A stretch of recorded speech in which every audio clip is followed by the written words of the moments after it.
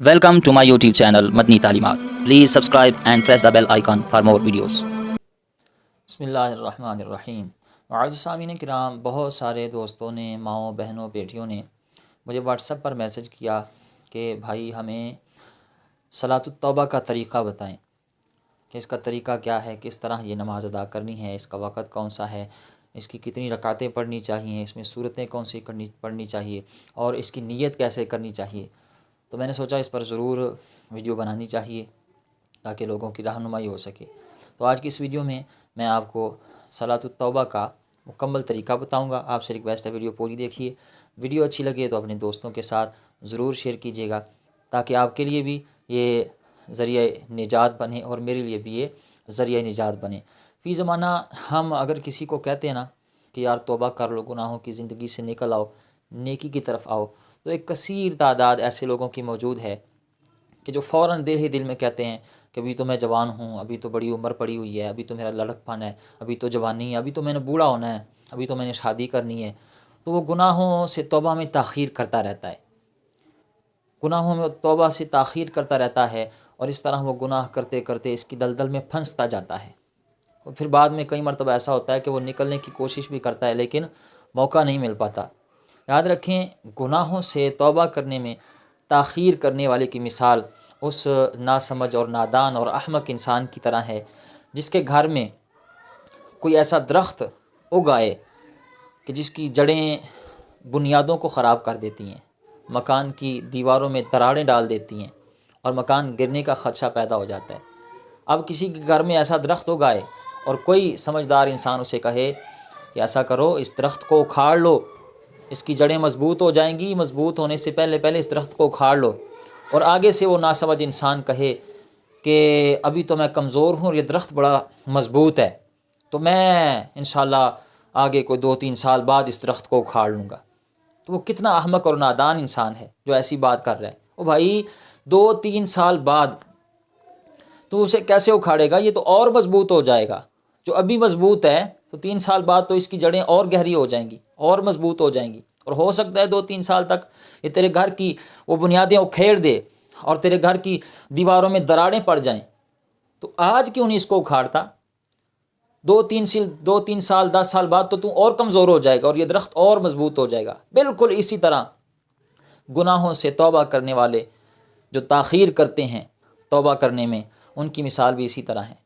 وہ گناہوں سے توبہ میں تاخیر کرتے رہتے ہیں اور یہ گناہ پھر اتنے مضبوط ہو جاتے ہیں۔ سرکار علیہ السلام کی حدیث کا مفہوم ہے، جب بندہ گناہ کرتا ہے تو اس کے دل پر سیاہ نقطہ پڑ جاتا ہے، پھر جب وہ گناہ کرتا ہے تو پھر دوسرا نقطہ پڑ جاتا ہے۔ اس طرح جیسے جیسے وہ گناہ کرتا رہتا ہے اس کے دل پر سیاہ نقطے پڑتے رہتے ہیں حتیٰ کہ اس کا دل گناہوں کی سیاہی کی وجہ سے کالا ہو جاتا ہے۔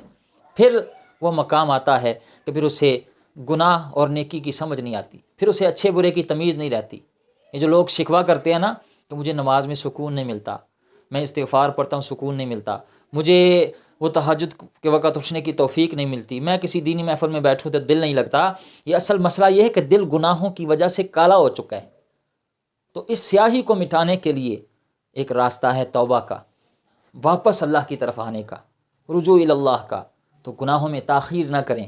اگر تاخیر کریں گے پھر ایسا ہوتا ہے کئی مرتبہ ایسا ہوتا ہے کہ گناہوں کی دلدل میں ایسے لوگ ایسے پھنستے ہیں کہ پھر وہ جتنا نکلنے کی کوشش کرتے ہیں اتنا ہی وہ پھر اس دلدل میں پھنستے جاتے ہیں، اور کئی مرتبہ پھر ایسا ہوتا ہے کہ گناہوں سے توبہ کی توفیق ہی نہیں ملتی اور موت کی گھاٹی میں انسان چلا جاتا ہے۔ لہٰذا فوراً رجوع الی اللہ کریں، فوراً توبہ کریں، گناہوں سے معافی طلب کریں۔ ہر انسان کو چاہیے کہ وہ اپنے سابقہ گناہوں سے پکی سچی توبہ کرے، بڑھاپے کا انتظار نہ کرے۔ ابھی یہ درخت کمزور ہے، اس کو ابھی ہی اکھاڑ لیں، ایسا نہ ہو کہ کہیں اس کی جڑیں زیادہ پختہ ہو جائیں اور زیادہ گہری ہو جائیں اور آپ کے مکان کو گرا نہ دیں، یہ گناہ اتنے بڑھ نہ جائیں کہ دل اتنا سیاہ ہو جائے کہ پھر توبہ کی توفیق ہی نہ ملے۔ لہٰذا فوراً گناہوں سے توبہ کرے۔ آپ دیکھیں نا، ہے کوئی انسان جس کے پاس گارنٹی ہو کہ میری صبح ہوگی یا نہیں؟ یعنی صبح تو بڑی دور کی بات ہے، وہ تو بڑی دور ہے صبح۔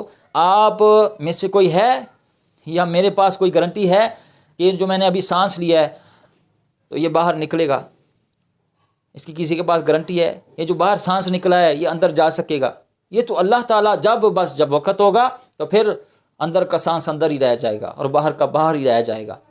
تو یہ ابھی مہلت ہے، ابھی وقت ہے، ابھی تمہارے پاس موقع ہے، سانسوں کی مالا چل رہی ہے، آ جائیں، پلٹ آئیں، واپس آ جائیں۔ اور جو بندہ توبہ کرتا ہے، رجوع اللہ کرتا ہے، تو اللہ تعالیٰ جیسے ہی انسان اللہ کی بارگاہ میں شرمندگی کے ساتھ پکی سچی توبہ کرتا ہے، تو نبی پاک صلی اللہ علیہ وسلم کی حدیث کا مفہوم ہے، حضور علیہ السلام نے فرمایا جو بندہ گناہوں سے توبہ کرتا ہے پکی سچی، تو وہ ایسا ہو جاتا ہے جیسے اس نے کبھی گناہ کیا ہی نہ ہو۔ وہ اتنا کریم ہے، ہم تو مائل بکرم ہیں، کوئی سائل ہی نہیں، راہ دکھلائیں کسے، کوئی راہ رب منزل ہی نہیں۔ یار آئیں تو صحیح اس کی بارگاہ میں، پلٹ آئیں اس گناہوں کی زندگی سے۔ آپ سکون چاہتے ہیں، آپ اطمینان چاہتے ہیں، آپ روحانیت چاہتے ہیں، آپ خوشیاں چاہتے ہیں، خوشحالی چاہتے ہیں، تو اللہ کی طرف آئیں، رازق کی طرف دھیان دیں، خالق مالک کی طرف پلٹ آئیں، آپ کی زندگی میں سکون آ جائے گا اور روحانیت میسر آئے گی۔ تو فوراً توبہ کریں، آج موقع ہے اور اس موقع سے فائدہ اٹھائیں۔ بڑا خوشبخت اور نصیبوں والا ہے وہ شخص جو گناہوں سے توبہ کرتا ہے، جو پلٹ آتا ہے گناہوں سے۔ نبی کریم صلی اللہ تعالی علیہ وسلم نے کس انداز سے اس بات کو سمجھایا۔ حضور علیہ السلام فرمایا کہ شیطان اللہ کی بارگاہ میں کہنے لگا کہ یا اللہ، جب تک تیرے بندے کی سانسیں چلتے رہیں گی، اس کی روح اس کے جسم میں رہے گی، تب تک میں اسے گناہوں کی دلدل میں پھنساتا رہوں گا، اسے راہ ہدایت سے ہٹاتا رہوں گا، اسے وسوسے دلاتا رہوں گا، اسے گناہ کرواتا رہوں گا۔ مجھے تیرے عزت و جلال کی قسم کہ جب تک یہ زندہ ہے میں اسے گناہ کرواتا رہوں گا۔ تو اللہ تعالیٰ نے ارشاد فرمایا، شیطان مجھے بھی اپنے عزت و جلال کی قسم، اپنی بلندی کی قسم، کہ جب تک میرا بندہ گناہوں سے توبہ کرتا رہے گا میں اسے معاف کرتا رہوں گا۔ تو آج تو موقع ہے، وہ بڑا کریم ہے، وہ معاف کر دیتا ہے، وہ بڑا کریم ہے۔ آج آپ کے پاس وقت ہے، توبہ کریں، نکل آئیں گناہوں کی زندگی سے، چھوڑ دیں اس گناہوں والی زندگی کو اور نیکی کی طرف آئیں۔ تو گناہوں سے توبہ کی جو نماز ہے اس کا طریقہ کیا ہے، وہ کس وقت ادا کرنی چاہیے، اس میں کتنی رکعتیں ادا کرنی چاہیے، ابھی میں آپ کے سامنے عرض کرتا ہوں۔ آپ یہ طریقہ سن لیں اور اس پر عمل کریں، انشاءاللہ اللہ کی رحمت سے امید رکھ کے آپ یہ نماز ادا کیا کریں، اللہ تعالیٰ معاف فرما دیتا ہے۔ اگر بندہ سچے دل سے توبہ کرے، پکی سچی توبہ کرے، تو اللہ تعالیٰ معاف فرما دیتا ہے۔ اب گناہوں سے توبہ کی نماز، جسے ہم صلاۃ التوبہ کہتے ہیں، یہ صلاۃ کا معنی نماز اور توبہ یعنی گناہوں سے معافی مانگنا، تو یہ صلاۃ التوبہ کہلاتا ہے۔ تو صلاۃ التوبہ کی نماز جو ہے، اس کا طریقہ کیا ہے؟ سب سے پہلے آپ نے اچھی طرح وضو کر لینا ہے۔ وضو کر کے آپ نے جو ہے وہ مصلی بچھا لیں اور نیت کرنی ہے آپ نے۔ آپ کو میں وقت بتا دیتا ہوں، 2 وقت جو اس کے بہترین وقت ہے، ویسے آپ جب بھی آپ کے پاس وقت ہو آپ اسے پڑھ سکتے ہیں، لیکن جو زیادہ فضیلت والے اور زیادہ اہم وقت ہیں وہ آپ ایسا کیا کریں کہ آپ عشاء کی نماز جب پڑھ لیں تو اس وقت عشاء کی نماز ادا کرنے کے بعد آپ 2 رکعت صلاۃ التوبہ پڑھا کریں۔ اور ہو سکے تو اس سے بھی بہترین وقت کون سا ہے؟ وہ ہے تہجد کا وقت۔ تہجد کا وقت بخاری شریف کی حدیث ہے، نبی پاک صلی اللہ تعالی علیہ وسلم نے فرمایا کہ تہجد کے وقت اللہ تعالیٰ آسمانی دنیا کی طرف نزول اجلال فرماتا ہے اور اس کی بارگاہ سے صدائے رحمت آتی ہے، کیا ہے کوئی مجھ سے مغفرت طلب کرنے والا کہ میں اسے معاف کر دوں؟ ہے کوئی گناہوں سے معافی طلب کرنے والا کہ میں اسے بخش دوں، گناہوں کو معاف کر دوں؟ ہے کوئی مجھ سے رزق مانگنے والا، اولاد مانگنے والا؟ تو اس وقت تو وہ خود اس کا دریائے رحمت جوش پہ ہوتا ہے، تو وہ بڑا زبردست وقت ہے۔ لیکن اگر اس وقت آپ نہ اٹھ سکیں تو عشاء کی نماز پڑھ کے آپ یہ 2 رکعت، اس کی 2 رکعتیں پڑھا کریں اور روزانہ پڑھا کریں۔ کیسے پڑھنی ہے؟ مصلی بچھایا، عشاء کی نماز ادا کر لی، پہلے اچھی طرح وضو کیا، وضو کرنے کے بعد مصلی بچھا کے عشاء کی نماز پڑھی۔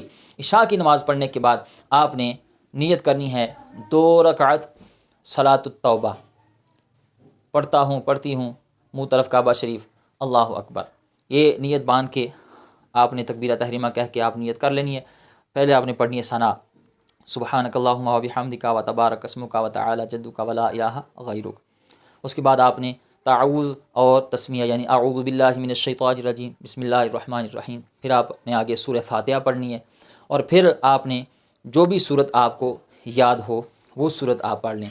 کچھ دوستوں نے پوچھا ہے کہ اس میں کوئی مخصوص صورتیں ہوتی ہیں، ایسا بالکل بھی نہیں ہے، جو بھی آپ کو صورت آتی ہے، وہ سورہ اخلاص ہے، سورہ کوثر ہے، سورہ کافرون ہے، آپ کو جون سی بھی صورت آتی ہے یا قرآن کا کوئی بھی حصہ آتا ہے وہ آپ اس میں پڑھ سکتے ہیں، مخصوص صورتیں اس کے لیے کوئی بھی نہیں ہے، لیکن ترتیب کا خیال ضرور رکھیں۔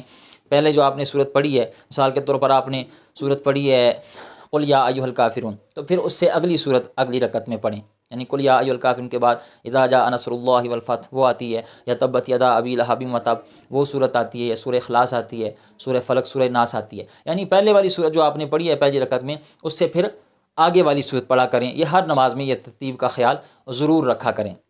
اب کچھ دوستوں نے پوچھا ہے کہ کیا ایک ہی صورت دونوں رکعتوں میں پڑھ سکتے ہیں؟ تو بالکل، نفلی نماز میں آپ ایک ہی صورت پڑھ سکتے ہیں۔ مثال کے طور پر پہلی رکعت میں آپ نے سورہ اخلاص پڑھی ہے، تو آپ دوسری رکعت میں بھی سورہ اخلاص پڑھ سکتے ہیں، اس میں کوئی حرج نہیں ہے۔ تو آپ نے پہلی رکعت مکمل کی، پھر دوسری رکعت کے لیے اٹھیں گے، بسم اللہ سے شروع کریں، الحمدللہ پڑھیں، ساتھ کوئی صورت ملا لیں، اور اتحیات پر بیٹھیں اور سلام پھیر دیں۔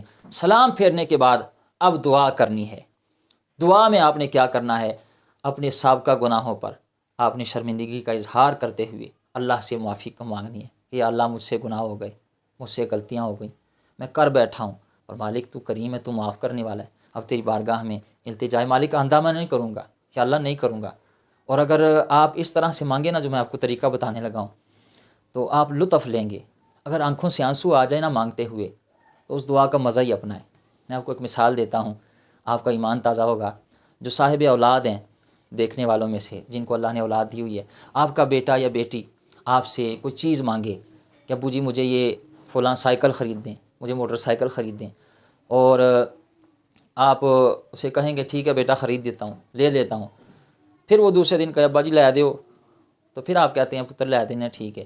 لیکن جب وہ تیسری بار کہے نا اور ساتھ رو پڑے کہ ابا جی لے کے کیوں نہیں دیں دے، لے دیو تہاڈی مہربانی ہے، اور وہ ساتھ رو پڑے، تو جب بچہ رو پڑتا ہے نا، تو پھر میں نے دیکھا ہے باپ پھر کوشش کرتا ہے، وہ خرید کے دیتا ہے، کیونکہ جو رونا ہے نا، رونا یہ دل کو نرم کرتا ہے، اور جب رو کے مانگا جاتا ہے، اسی طرح جب آپ اللہ تعالیٰ کی بارگاہ میں رو کر اپنے گناہوں پر معافی مانگیں گے نا، تو پھر اس کا مزہ ہی الگ ہے۔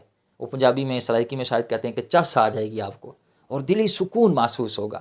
تو آپ یہ 2 رکعتیں اس طرح روزانہ عشاء کی نماز کے بعد ادا کیا کریں کہ یا اللہ دن بھر میں، ساری دن میں مجھ سے جو گناہ ہوئے میں اس سے معافی چاہتا ہوں، یا جو سابقہ زندگی میں مجھ سے گناہ ہوئے، یا اللہ میں اس پہ تجھ سے مغفرت چاہتا ہوں، مجھے معاف کر دے۔ جو بندہ جب گناہ سے معافی مانگ لیتا ہے، سرکار صلی اللہ علیہ وسلم فرمایا کہ آدم کی ساری اولاد سے خطا ہو جاتی ہے، لیکن بہترین خطا کار وہ ہے جو فوراً توبہ کر لیتی ہے۔